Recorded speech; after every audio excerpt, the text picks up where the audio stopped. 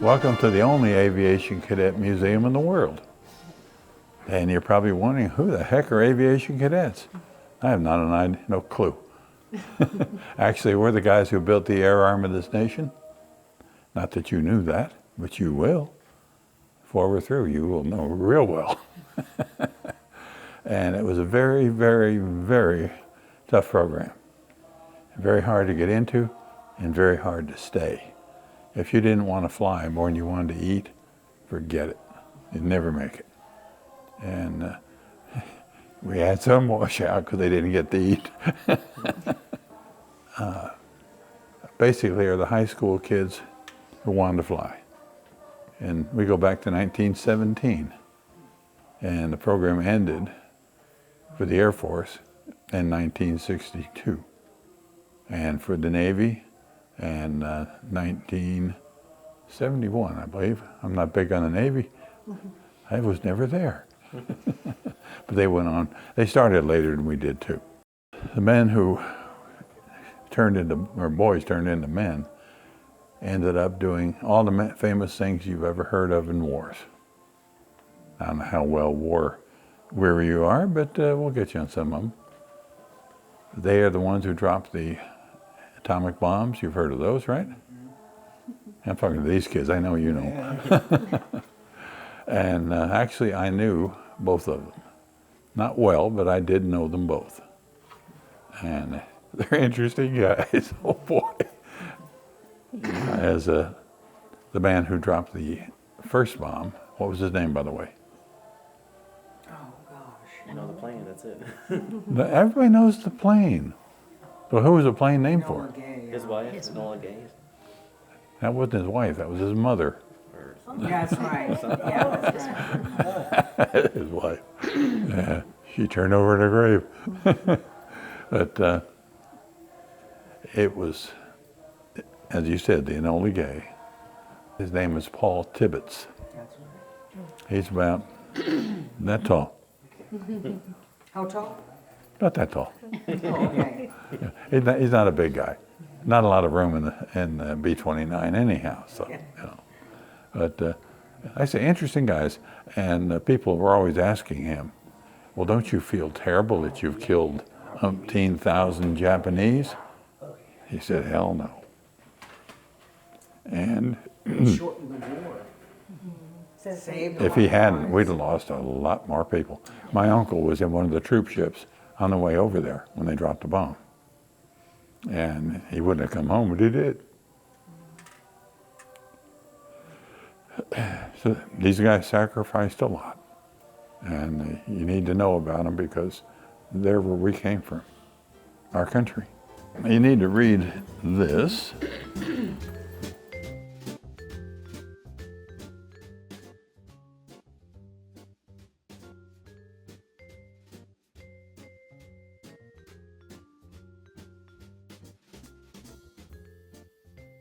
Okay, you got all that memorized, huh? Mm-hmm. Sure. Positive? We'll find out.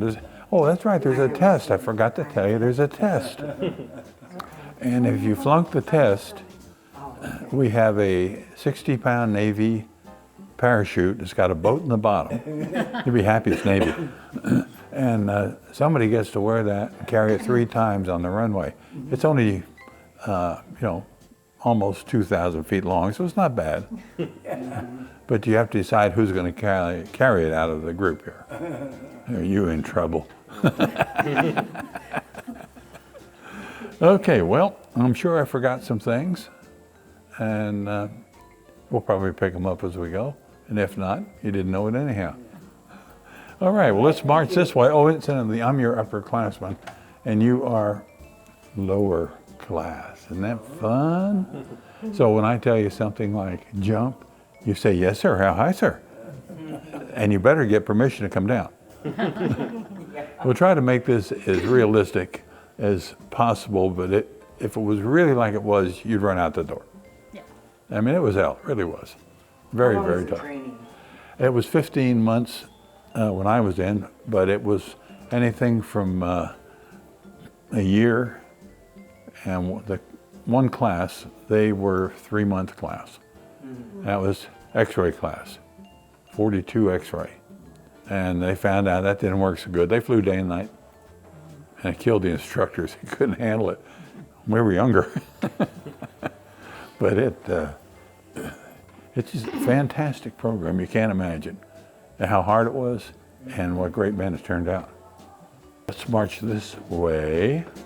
March over here, line up. We're going to look at that case right there. An upperclassman would say, halt, rabbit.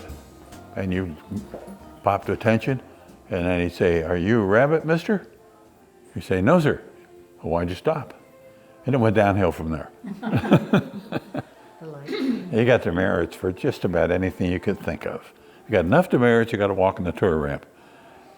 And you weren't touring. It was not fun. An hour of that was not fun.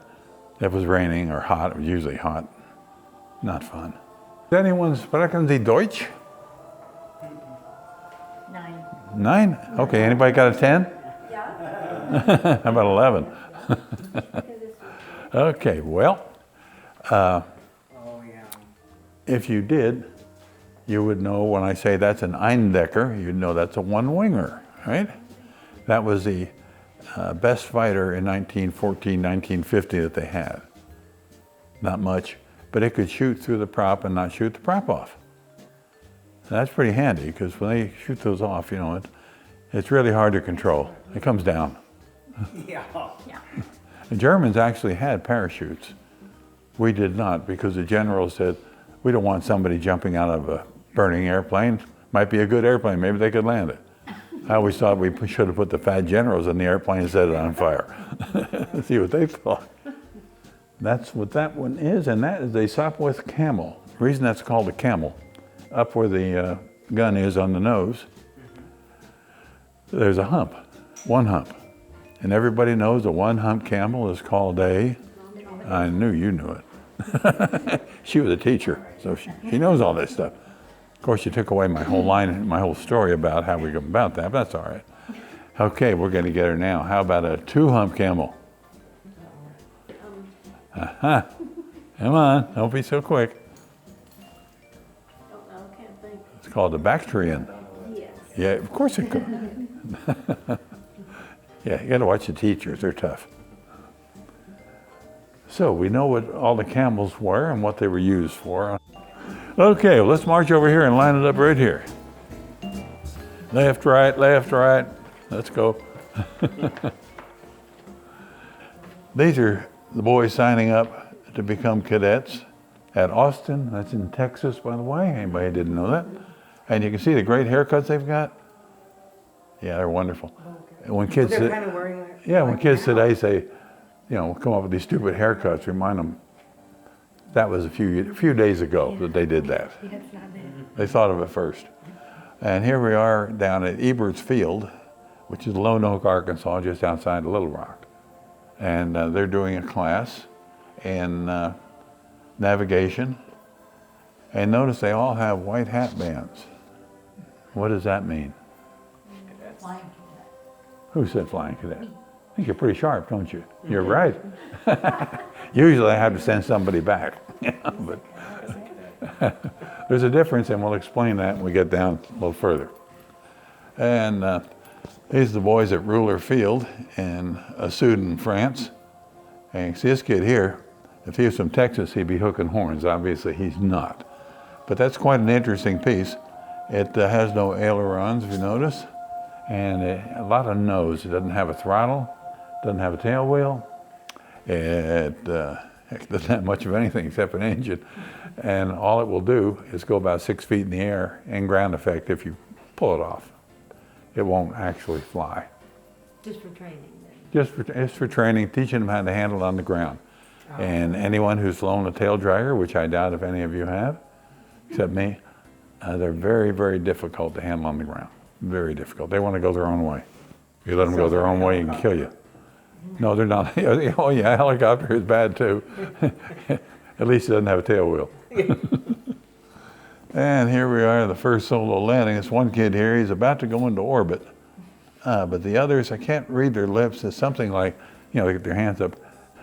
Get away, you're going to kill us? Or it could be the well-known French attack position. And I do have a French rifle. It's only been dropped once. Anybody interested? No? Okay. We'll watch you. Okay. There's a doughboy helmet Oh, okay. from World War I. That's incredible. And no, actually it's steel. Yeah, yeah, actually. Oh, I bet that's heavy. No, it's not that bad. No. And there's the little goodie for making your dog tags by hand. And you could mark your can of bully beef, you know, there's a lot of uses for it. Mm-hmm. And that's the way they did it in World War I. And you had to buy your own prior to that time. Now, what was the first time we ever used dog tags in this country? Do you know, Sherry? Come on, Sharpie. Is it Nobody World War knows. II or No, no? no, it didn't use it. I mean, we already had them. Civil War? Right, Civil War. Very Oh, good. the Civil War, okay. Yeah, yeah. That way they knew whose name went with the body, and they could put it when they buried them. That was the whole point of it. So you know who they were. And we normally trained at 3 bases, sometimes 4, and we usually had a girlfriend at every base. Hey, they thought, what the heck, am I catching me a young officer here, right? There were no dummies. Only problem is, at that point, if we'd have washed out, we were airmen, we were not officers, so we got through. So, yeah, what the heck. But we did give them goodies, you know. We had compacts, and we had, little sweetheart wings, similar to this. There's some original World War II ones over there in the case. But just little goodies and pillows. Pillows are a big item. And that is from the U.S. Air Service, which is World War I. And his girlfriend's name was Rosa. And this is down at Kelly Field in San Antonio, Texas. And there is the White Hat Band, which we all know means Air cadet. Hmm? Cadet, air cadet. Air Cadet. Get out. You said flying first. I thought you said Flying Cadet before. She did. Oh, he did. Somebody did. Yeah. We fly, we're not airheads. And that's a summer uniform, World War I. It's the same thing as a winter, except that's cotton, the other one is wool. But same thing. And he's wearing a Sam Brown belt, named after Mr. Sam Brown, who invented them. And that chain on the side, that's where they hung their sword. That's Brian. He is a dummy. He's an old dummy, but he's a dummy. Aren't you, Brian? Not a word out of that kid. He's a World War II dummy, and he's wearing a little suit that the boys all wanted to be like whom in 1927. There was a big deal in 27 in the air. Eddie Rickenbacker? No, Charles Lindbergh. Eddie was around. Charles Lindbergh? There you go. This kid's been around a little bit. You're older than you look. You've been to school somewhere. That's right. He has a Lindbergh suit on, doesn't Yeah, that's what he? that was. Would you believe Yeah, we found that here in a store, We found that here, up on the. and that is a 1927 era suit. Point. Up there they have, yeah, antique place up there. Yeah, it's quite rare. But the dummy himself, he's a 40s issue, aren't you? He doesn't even remember. And he's got a penny glider in his hand. Now, a penny glider in 1944 was a big deal. You sent 3 box tops into General Mills, made the cereal, and they would send you back 4 pieces of cardboard, an Allied fighter and an Axis fighter. And you get to cut them out with a double-edged razor blade with a piece of cardboard taped on the top so you don't cut your fingers, and then you glue them together. But you also put a penny in the front for a counterweight so it will fly. They do fly. They really do. The only problem is I was 4 years old and I couldn't build the doggone thing. I was very frustrated. It took me quite a while to build that one. They are difficult, very difficult. That's the old penny glider. They're quite a collector's item now, if What you are can find they, them. the colors that they are? Yeah, that's your camos. Oh, The camo of that time. oh, okay. Yeah, they changed those. And we didn't have much in the way of metal toys, in fact, almost none. So that bomber there in the corner, which is metal, anybody know what kind of bomber that is? What's the name of it? It runs with a British accent, it does. Blenheim? Blenheim bomber? Who? Blenheim? Blenheim. I'm Where'd you trying to come think up of with the that name. one? I'm trying to think of the name. It looks familiar, but No, it actually looks more like a British Lancaster. Because that's what it is. Huh? That's what it is. There's a movie about those called Dam Busters. And if you can, you ought to see it. It's excellent. True story. And those guys, they were some tough dudes. Amazing what they did. They took out dams on the Ruhr River. And Hitler was not happy with them. And we normally had, wooden things like that cannon. I had one like that.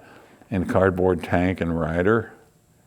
And did you all see the movie Christmas Story, right? Everybody? Yeah. Believe it or not, I get people in once in a while that have The not. young ones need to see Yeah, that. the young ones don't even know about it. I'm like, what? Well, what'd the kid want? Red Ryder rifle. They wanted the Red Ryder BB gun. BB gun. Right, 1,000-shot lever action Red Ryder BB gun. Gonna shoot his eyes out. Yeah. Good, you got the line. There it is. Like she said, don't shoot your eye out. That was And that bomb lamp came from the estate of Ed Tyndall. He was in the second class at Randolph Air Force Base in 1932, yeah. And his daughter came here after he died, and she brought the bomb lamp and his pictures from Randolph. And there's a picture of him behind his desk, and there are 2 bombs without the lampshades. And so that is one of the 2 in the pictures. Yeah, that was a neat thing. Ed was quite a guy. He was 92, I think, when he died. Let's see, then we have a whistle. Anybody hear of Captain Midnight? No, you're all too young. That Radio was, program, dear.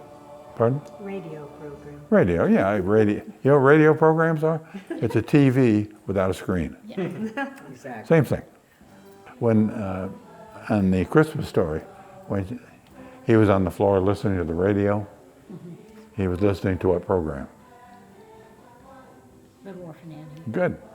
The boys did not listen to Little Orphan Annie. That was the only mistake in that movie. Reason I know, I was there. I was there in that time. So I know. We listened to Captain Midnight. And that whistle and that first edition badge over there, decoders, actually codographs, they were both for Captain Midnight. Because that's who the boys listened to. Yeah, I had a whistle like that. It worked too. The Coke machine, that unfortunately doesn't work, but there's $1,000 worth of parts that need to go in it, and then it will work. Yeah, we used that thing about 20 years, and it finally laid down on us. Well, you can get them for a dime when we have a run. 1950 machine, was it? 1949, Oh, 49. that machine is, yeah. Here's some of the aircraft that Ed Tyndall flew, modern jet age stuff. In fact, I had 2 little boys here, they were 10 and 11, last week, and they never knew that aircraft had propellers. Okay. And this is the navigator's little section, and some of the goodies that they use. We have much more. We have the only, as far as I know, T-29 aircraft that you can get in, and that's what the navigator's trained in. And we do have the front half of one in the next hangar, and you get to go in there and see what the boys did. They didn't know what they did, but what the heck, they were there. And there's the inside of one right there with all the boys sitting down with their headsets and looking very professional. But it's neat. We even have some cigarette butts in the ashtrays. Someday we're going to carbon date those or something. Okay, we saw the white hat band up there. Here we have a dark blue one. What does that mean? they're graduated, no longer cadets. I'm sorry? That they graduated, no longer cadets, so they're upper classes. Great guess, but you're wrong. It's not really too hard to figure out if you can read. but you do have to be able to read. Anybody notice that little sign up there? It's not a hard test, you know. Is that like dress?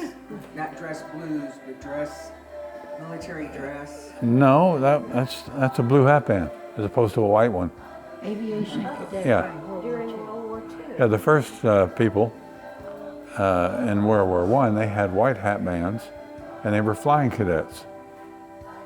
But in June 20 of 41, they went from the flying cadet to the aviation cadet. Oh, And they changed the uniforms from a blue dress uniform to pinks and greens or khakis. And that was when they had the big changeover. And then in June 20 of 41, did I say that? June 20 of 41, they went from the U.S. Army Air Corps to the U.S. Army Air Forces, division of the U.S. Army Air Corps, and they got the big letterhead. And then in 47, they became the United States Air Force. And got Billy Mitchell, General Billy Mitchell, court-martialed. Because he was right. The Navy was wrong. They insisted you can't sink a battleship with an aircraft. He proved them wrong. They didn't like it. These guys, you know, they don't like to be wrong. And that little sewing machine there is actually not made in China. That's made in England. You know, jolly old. And that was used in 55 at one of the bases where they put patches on, and if you tore something, you could, you know, sew it up. And these are some of the goodies we gave the girls too. There's a compact. Anybody want to powder their nose? It's got powder in it. And then we have My Man is in the Air Corps, no trespassing. Now that is an anti-wolf badge. And you ladies know what wolves are. You probably don't. And I hit on, does that bring it up to modern standards? Yeah, that was what the anti-wolf badge was. I've never seen another one. I saw a picture of one once. That's the only one I have ever seen, so they've got to be rare. Of course, the girls probably got them when their husband went overseas, and there it went, you know. Now, the Navy also had cadets. They called them NAVCADs, Naval Cadets. And this is Gary Schofield. Wasn't actually him. Yeah, and Gary's a good kid, but Navy guys are very noisy. They talk all the time. He's been really quiet, so I'm going to have to check his oxygen and make sure he's okay. And he was the CAG, Commander Air Group, on the USS Ticonderoga, which is the carrier in the background. oh, okay. And that's his A4 squadron there. And all the stuff is out of the A4. That's the stuff he actually carried in Vietnam and was very happy to say he never had to use it. I have friends who did use it, and a lot of them never came home. So it's not, and the rest were in prison. Not a good deal. But the Ticonderoga in the background and the Constellation are famous ships because they were when the first bombing of North Vietnam happened. They came off of those two ships, and that's what started the Vietnam War. But yeah, I actually have flown an A4 simulator, and I'll tell you what, I get in that thing, I said, how do you do anything in here? I mean, it's tiny. Space? No, that's extremely small. I mean, the Navy guys have to all be small. They couldn't be big, couldn't get in it. Well, with your height, was there a limit on height? Oh yeah, A restriction? yeah. But it was a width that I couldn't get in. I couldn't get my arms in the thing. I mean, I was hitting here and here. It's a very unstable aircraft, I found out. Yeah. I actually stalled it and spun it inadvertently. I told the instructor, I said, this thing's unstable. He said, yeah, I know. Why was it unstable? You just had to be going like a bat, or the thing would okay. fall out of the air on you. It didn't have much for wings. It stalled very easily, which again, I had never flown one, so I didn't know. I tried to do a roll at 250 knots, wasn't fast enough. Okay. You didn't do that. No, I recovered actually, and still managed to land it. Then I ran off the end of the runway Never had anything with spoilers on it before. I didn't know about them, nor did I know where they were. He said, you should have pulled the spoilers. I said, what? Where? They didn't give you any instruction on it. Just get in and go. That It's was, kind of like flying by the seat of your pants. yeah, that one too. Yeah, actually, Ferg put me in there. Dave Ferguson, buddy of mine, he's the director of flight test at Lockheed Martin Skunk Works. And he said, yeah, go for a ride in that thing. He didn't tell me, Ferg. There's a Know Your Airplanes wheel. That's from 1942. And a little kid would hear an airplane, he'd run outside, dial it in and say, oh, it's a snorting, zooming, blowing goer. You know what that means in German, right? Jet airplane. If you believe that, I have a bridge in Brooklyn. Anybody want to buy it? But yeah, that's a neat piece. I've never seen another one. And that cartoon is Smiling Jack Martin. And that's the June 15th, 1958 newspaper nationwide. That was the cartoon for the day. And that is the original hand-drawn by Zach Mosley in the upper left-hand corner. He's the guy that drew that cartoon. I got that from his daughter after he died. And it tells a good story. That's Smiling Jack up there. He's speaking to a group of cadets, and he's telling them all about that, and you've done good, and, you know, a bunch of dummies, but, you know, you did good. And at the very end there, the kid graduating is Smiling Jack's son. And he's got a very interesting name, because Zach Mosley used odd names for all his characters, except for Smiling Jack. He was the only straight one in there. But the kid's name was Jungle Jolly. I'll bet you know a couple of people by that name, right? Maybe Jolly Jungles? Something like that. And there's one thing that bothers me. When you get old, you fall apart. Well, that thing is from World War II. And 3 years ago, it was fine. Now it is just slowly disintegrating. And Is it wooden? no, it's actually hard rubber. I know people who have big collections of those, because they came pretty big size too. I can't imagine what they're doing. I mean, they were worth a lot of money, and now they're junk. Just hard to believe. And that's a diary from Frank Shermer.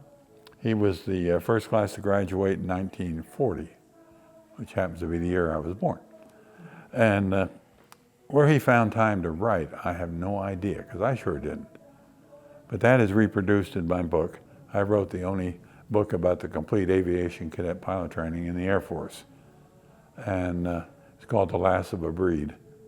But that story is in there, you know, what he did. It's very interesting stuff. I mean, he was there. Can't get a better witness than that. And here we have Bombardier at work. I'm not sure he's at work.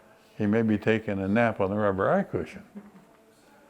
And there's a carriage for the Queen. That's a Waco glider. And that was normally flown by washed out cadets. And they returned those loose, you know how gliders do. They go up, don't they? They come down. And then Oh. they come, yeah. Gliders go up. They go Yeah, down. right. They come down. You turn them loose, they go down. They're gliders. In fact, my wife's uncle went into Normandy in one of those. Oh, wow. He's a colonel. Yeah, he was a colonel in the engineers. He wanted to go into combat, crazy guy. And his boss let him, and they hit a stone wall when they landed, killed everybody in front of him. He survived. Special guy. And there you can have a $27,000 education free. Now, it might cost you That's your right. life, but yeah, easy come, easy go, right? And everything you wanted to know about World War II, I'm afraid to ask. This should be in every school in this country, because kids do not know, nor do young adults know about war. They don't know what it costs. They have no idea. This is all the major battles. And how many people died in World War II total? Oh, goodness. It was a lot of people. Are you talking about Total. all Everybody. overseas? All the dead ones. 50 million. 50 million. Wow. Yeah, we lost about 300,000, which, unless you were one of them or related to them, that's really not bad. That's a 4-year war. And that was our last really declared war that we ever did, to date. You know, I'm sure we're going to come up with another one, but to date. And the sacrifice that those people made is why we're free today. Absolutely. And a greater sacrifice than that was made by one man, Jesus Christ. He died so we could live. And let's see, is anybody here text? Ha ha ha. This is That's Morse code. that's the way we used to text. Oh dear. Yeah, Morse code. Yeah, that's from the Bloomin' Navy, that is. And it's all brass. Can you imagine that? The whole thing is brass. They cost a That's gotta fortune weigh a today. lot. Yeah, and they're very expensive. It's a target kite off the USS Wasp in World War II. And the gunners would blaze away at it.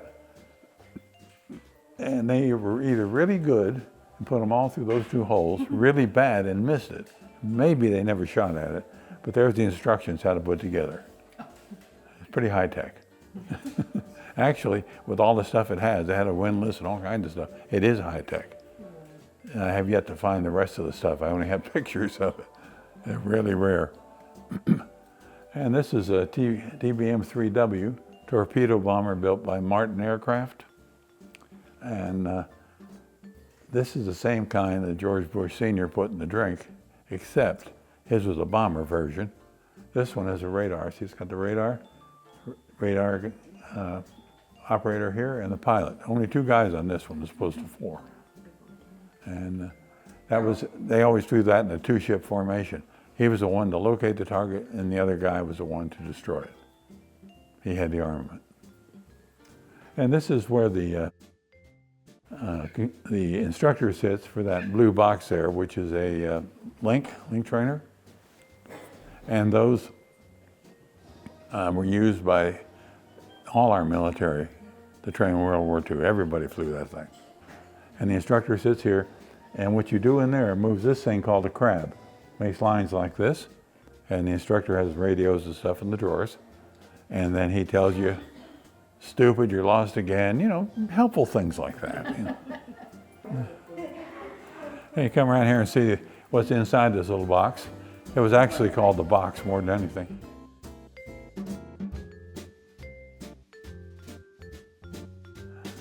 And the guy who invented this, Mr. Link, was a expert in pneumatics.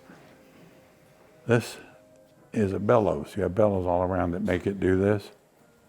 And you got a vacuum pump down here. It sounds like Jaws on steroids. I mean, it's loud. But darn thing works. It's very difficult to fly. And as old as this and it leaks, you know. So but I have flown this thing. Most exciting. Particularly when you get in there, close the door, bring the top down. It's real dark. And you try and fly it. It's most interesting. They have better simulators than this one today. And this is something the Brits and Canadians came up with.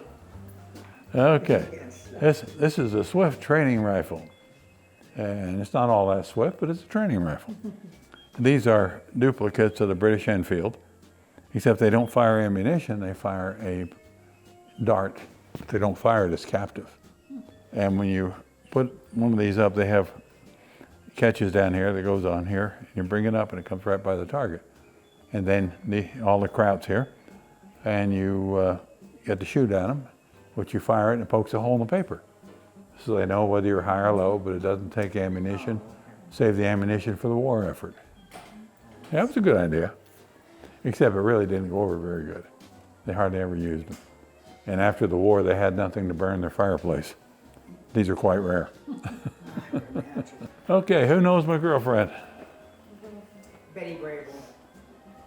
Is it Betty Grable? Of course it's Betty Grable. Yeah. Who else could Yeah, it she be? was the pinup. Yeah, She the was gorgeous. most famous of World War II. Now my question is, why was the picture taken from the rear? Well, to show her legs off? Well, she had legs in the front too. She was three-dimensional. Right, but I mean, she had really beautiful legs. Well, Oh, she was not pregnant? yeah, they couldn't hide the tummy. Oh, okay. That was taken at the end of a 6-hour shoot. She was leaving and they said, "Hey, Betty," and she said, "Yeah." Click. History was made. Wow. And her husband, she had actually 4. Her husband at the time was Harry James, band leader. And I tried to figure out like, which one of those 4 was the bad guy. I don't think it was any of them. I think it was her. 4 husbands. Oi. You know what that means, oi, right? Mm-hmm. Good. What does it mean? Like, oh my goodness. Yeah, basically, it's oi. That's a lot of husbands. Yeah, that's quite a few. And these are postcards that I scanned in so that I can see them without my glasses. And this tells a good story. You come in as a civilian, go through training, come out as a finished product. What's not so obvious is how many are here and how many are here. Now, in my underclass, they had 38,000 applicants. They chose 420 and graduated 78. When I tell you it was hell, I am not kidding. It really was. Very few people made it. They said we were the top 2.5% of the nation. And I thought, yeah, right. We were. And this is the weather class down at SAC, San Antonio Aviation Cadet Center, which is now Lackland Air Force Base. Link trainer is like this one. And yes. he said it has the wings on it. They get in the way. And you can see the good environmental conditions here. All that insulation is not there. It was hot outside, hotter inside, cold outside. Not bad. They throw a lot of heat. Very hot in Dothan, Alabama. Yes, in the summertime. Oh, yeah, with the humidity. And this is a Ruggles orientator. I'd love to build one if I had an engineer to design it. But the only thing missing there is a floor drain and a hose. I have movies of this, and boy, oh boy, the guy couldn't even get out of it. He had to get some other guys. He was upside down. They had to come and take him out. He couldn't get out. That was a nasty little machine. And this is the infamous square meal. See, everyone is enjoying it. See all the smiles? Yeah. Yeah, right. Well, everything you see is touching.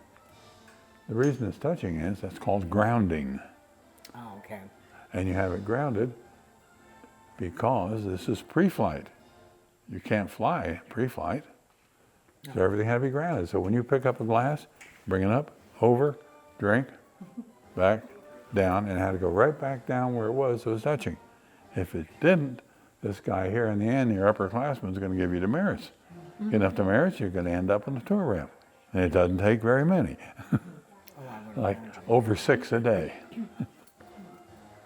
And there's the flying the SPAD. That was one of our hazing things. Not that we hazed. No. That was forbidden. Oh, it was a form of hazing. It Yeah. was like getting the guys when they come Yeah. in and... You send somebody out front to watch the TAC officer doesn't show up, and you go in and haze the heck out of them. And this is his propeller. He's wearing his PT, or physical training hat, backwards. And he's obviously an athletic supporter. And normally we had a plunger here. Someone must have found another use for it. And a can of Burma Shave. And you girls may know what Burma Shave is, but he doesn't. Aerosol shaving cream. Our signs out there, when you start one after the other, that's the Burma Shave way of doing it. Look up Burma Shave online and you'll see all these neat signs they have. They have some really cute ones. Fun to read on trips. I bet it was.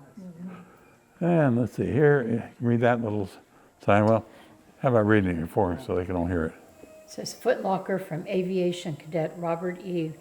Bialis. Bialis. And this is as it was on August 6, 1948, when Cadet Bialis was killed flying an A-6D during pilot AT6. AT-6 during pilot training at Randolph Air Force Base. Yeah, one mistake, it ruined your whole life. Yeah. Oh, yeah. Wasn't hard to do. That's right. But that's actually the stuff that was in there. His brother sent that to us. His brother was a navigator cadet, and he was flew B-58s out of North Little Rock. In fact, he was on a world speed record crew at the time. they were faster than anybody else, and that little sucker could go. And this is a good old Navy machine. Oh, he switched my hat on me here. The helmet there belongs to Gary Schofield over there. He used this to fly this over in Korea. He fought in Korea with that. And fortunately, he didn't get killed there either. He did well. When did jets start coming in? Was it before the Korean War? Yeah, they were brand new in the Korean War, T-33. Okay. And that's a helicopter helmet. Move it on up, please. It's a helicopter helmet from Vietnam. That's the kind I was issued. One type of navigator sextant. There are many. And there we are on the tour ramp, wearing out shoe leather. That was the main purpose. And my buddy, Smiling Jack, that's actually a sweater he has on. Everybody wonders what that was. That was a sweater. And he was a neat guy. Killed himself with cigarettes. And here we have our least favorite uniform. That was the, I'm doing good. That was a bush jacket. Oh, okay. Trying to remember all these names, you know. That's the bush jacket. We hated it. It was supposed to be worn with Bermuda shorts and a pith helmet. You got to be kidding. Who's going to do that? Well, they made us do it in the summertime. Fortunately, I wasn't there in the summer. And that's a PT hat with the demerit slips in it. There's one on each side. You had to have them everywhere but the shower. No rubber ones. And that's a filled out original. It says, manners poor at table, i.e. smirking and gazing. Wipe that smirk off, mister. Throw it on the ground. Stomp on it. That's the way that Give went. me 50. We even had burial detail for smirks. We normally didn't have time to do it, but we had one worked out anyhow. And anybody know who that is? Alfred E. Newman. Good. You can tell the younger kids in the class. Yeah, you got it on your jacket. Oh, I do. Uh-huh. Well, Alfred E. turned out to be our mascot, and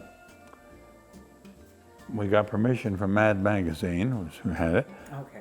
to use that. Now today, if they're still around, I don't think they are, they wouldn't give you the time of day.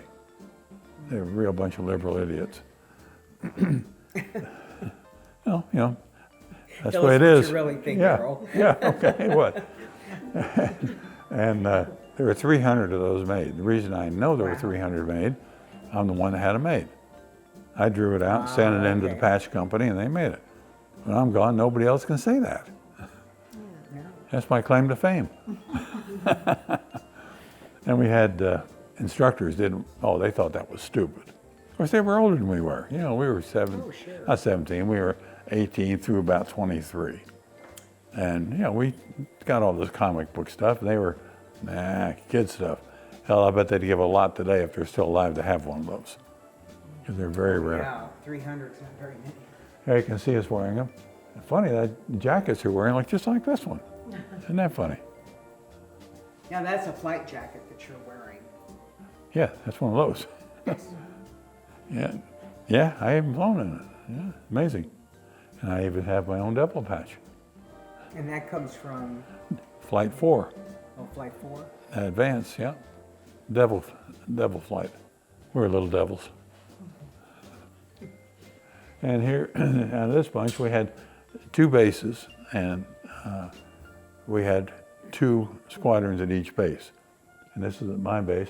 And out of this bunch here, all but 3 of us went to Vietnam. I was one of the 3 that did not go. And none were killed there, and they all flew combat. A number of them are dead now, but they didn't get killed in combat, which is amazing. They did some pretty rough stuff. What did they fly? Anything and everything. Oh, okay. Whatever there was, they flew it. Okay. No, they didn't fly the Navy stuff. No. only the Air Force. And there, you see us marching out of the program. You saw us marching in over there. Here we are marching out. And my uncle drew that. I found it not too many years ago. And that was before I ever met Beth and before he ever met her. That's her. So go ahead and read the Flying Aviation Cadets are marching off into history. That kind of sums it up. Okay, this is our $40,000 no-touchy model. This was given to us by Lockheed Martin. And it's got the first guy to fly it was Dave Ferguson. Yeah, and there's Ferg's picture right there, back when he had a real job as a test pilot. Is that the Blackbird? That's not the Blackbird, is it? No, it's the F-22. That's the YF, proof of concept. Oh, okay. And Ferg was in my class, so I knew him rather well. And we got to be great friends after we got out. And he went to Vietnam and flew F-105s. You know what a 105 is? Thunder Chief? Pardon? F-105 Thunder Chief? Thunder Chief. Yeah, that's one name, yeah. Okay. Yeah, that was, yeah, most of the time, some people call it the Thud. They hit the ground a lot. Yeah, well, the British said that was because it's hard to land, not true. But anyway, Ferg flew somewhere around 100 missions. This is right out of pilot training. And he survived those. He came home and was an instructor in the two-seat Wild Weasel for about a year. And then he went back and he flew another roughly 100 missions in the Wild Weasel, which is an awful lot of flying. And of all the aircraft he flew, which was several hundred, he still survived. I mean, he was shot at, beat up, and you name it. But he survived, and the last aircraft he flew in Vietnam is the one we have out there in the yard. That big one, that is the one he flew. Yeah, he's a really neat guy. He died, what, 6 years ago? About that. Yeah, T-cell lymphoma. Yeah, he was a heck of a guy. But like I say, there's his picture. And he's a terrific pilot and just a really neat guy. Like I say, we were very good friends. I miss him a lot. Okay, gather around this here and we'll give you the BP, or the big picture. Ready. When you come in, you come down the road here and drive here, you turn in the driveway. This is not exactly the way it's going to be. That is a theater for the performing arts. It's going to go over here on this side of the road. And we drive around to the parking lot, which is over here. We can do about 700 cars, not quite like Eureka. And you get picked up by steam train, a bus, unicycle, I don't know, something. And bring you to the main gate where you show your ticket. That's your pass to get on base. Now, once you get on base, you're met by a very friendly upperclassman. At least for a few minutes, he's friendly. And he takes you first to Brian's room, and that'll be a bigger one with a live Brian in it, one that can actually talk. And then we go to the next room. See, the whole building will be set up in stages where you go from one class to another, to another, to another. There's 5 minutes in a class. And we'll have rooms set for navigation, power plant, just most of the things that we did. At the end, we'll have a drill field set up. And everyone calls out their demerits. Now, we don't tell you what demerit gets you what, because you do get assigned demerit slips. And if you get enough for tour, you get to march back and forth in that room, row your wheelchair if that's what you're in, somehow make it happen. And those that give us a bad time, we put them under the washout sign while everyone else gets their choice of silver or gold wings. We don't reward second best, because I most humbly must say we were the best. And we don't reward second best.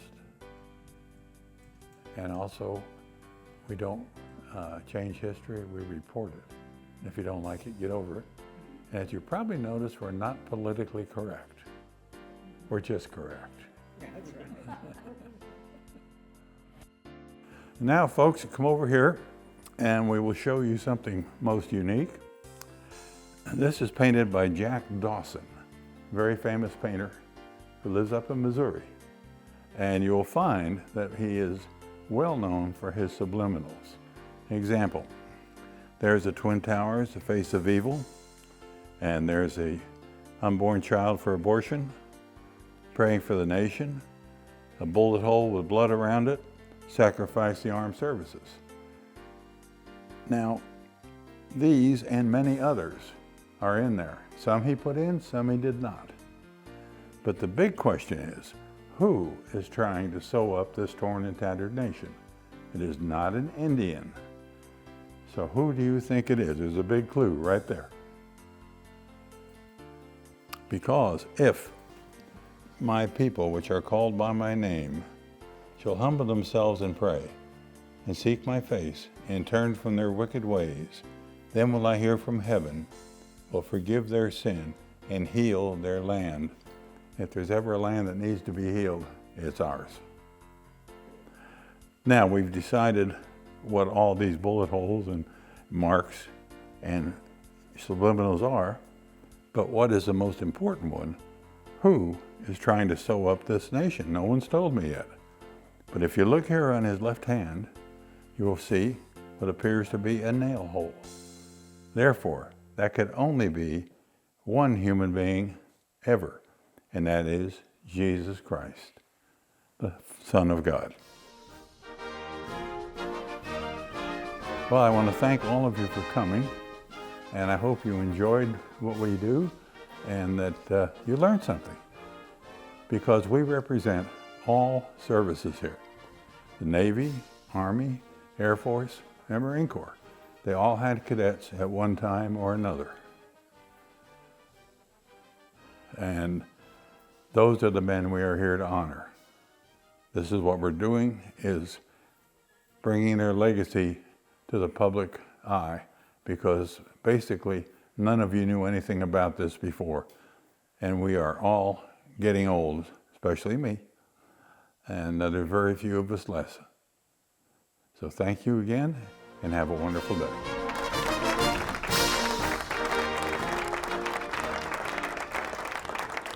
Dawn is breaking. Shafts of brilliant light stream from the huge yellow ball as it slowly rises between the mountains. The mist partially shrouds the distant forest, a lovely emerald green, the grass in the fields a misty blue. The silence of the pre-dawn darkness is broken by the mystical sounds of thousands of beautifully colored birds as they wake up to this a new day. The cloudless sky is a deep azure blue, appearing as if it has no end.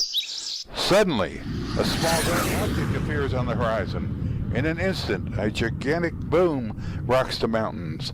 A great silver bird flashes overhead like a bolt of lightning. The noise is deafening. The grass blows flat from the passing wind. Look up to heaven, you masters of the sky.